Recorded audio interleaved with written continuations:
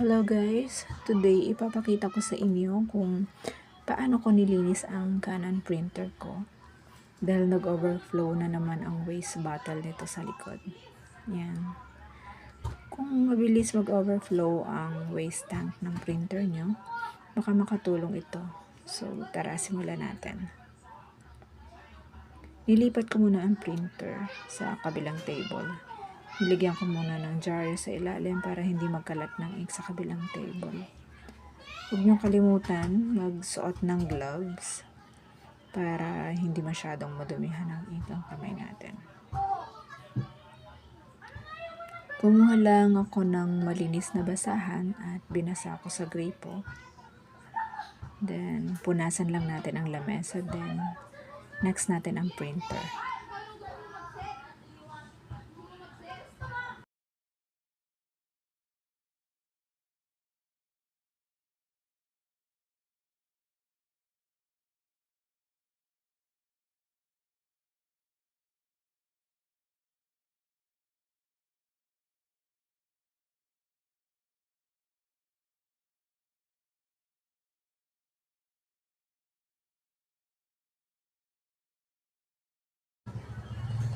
Next, linisin natin ang ink tank.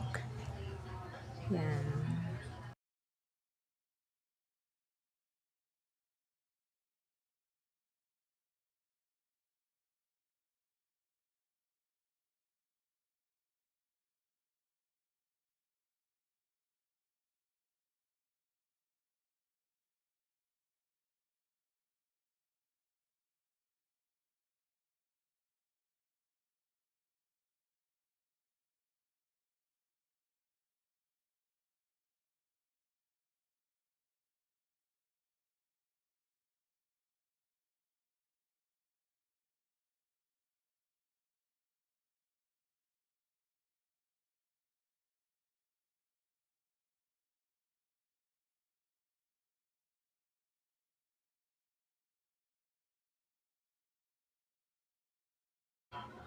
Panoorin nyo sa separate video ko kung paano ko nilinis ang waste tank bottle sa likod ng printer.